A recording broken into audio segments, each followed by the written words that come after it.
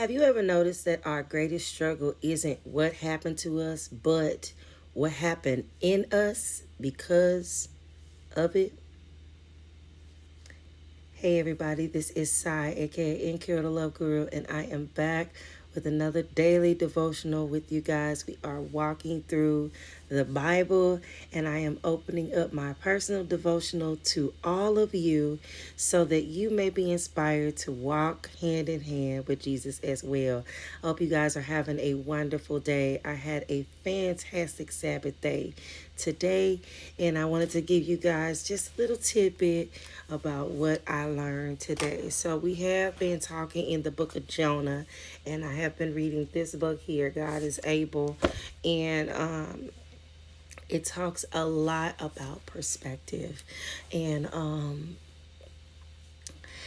how important your perspective is. But before we get into that, let's talk a little bit about brokenness. Brokenness can leave us hurting, but if we are not careful, it can only it can not only leave you hurting, it can also leave you bitter in the process. That's exactly what we end up seeing in the story of Jonah. And also, you see this is many stories all throughout the Bible with God's people, is a lot of people who end up bitter in the process. Jonah wasn't just angry at the Ninevites and the city of Nineveh. He was angry at God. He was angry that God was merciful to the Ninevites, and yet instead of rejecting Jonah, instead of just casting Jonah out, God patiently asked him questions like, "Does it does this does thou well to be angry? This is doing you any good to be angry?" God wasn't trying to shame him. He was just trying to get him to look at his own heart. The same guy who questioned Jonah is the same guy who is meeting us in our brokenness and meeting us where we are in our angry moments and frustrating moments. Maybe you've been wounded by betrayal. I know I have plenty of time. Maybe you have been carrying grief. Lord knows I've been carrying the grief of my father and the grief of several other important members of my family.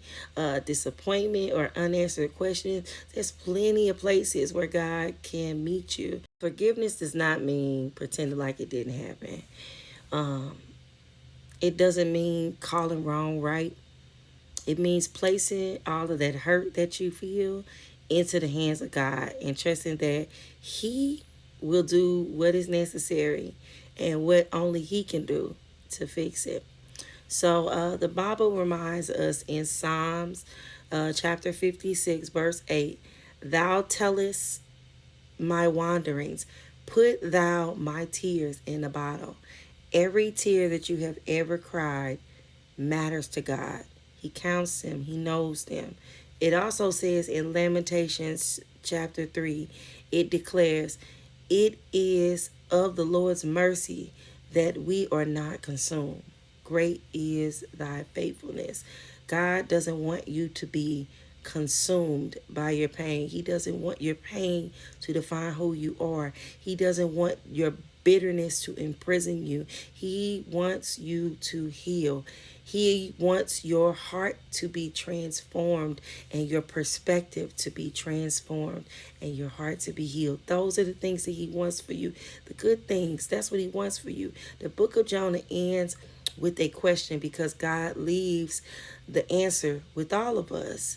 Will we cling to our own way of seeing people, pain, even circumstances, or will we allow God to give us His perspective on the things? Today, we have to make that decision. Choose to trust Him in His mercy. Let Him heal all the things that are broken with you. Let Him soften what is hardening your heart. And remember, you are not just surviving your story. In Christ, He is the one that is making you whole because God is able.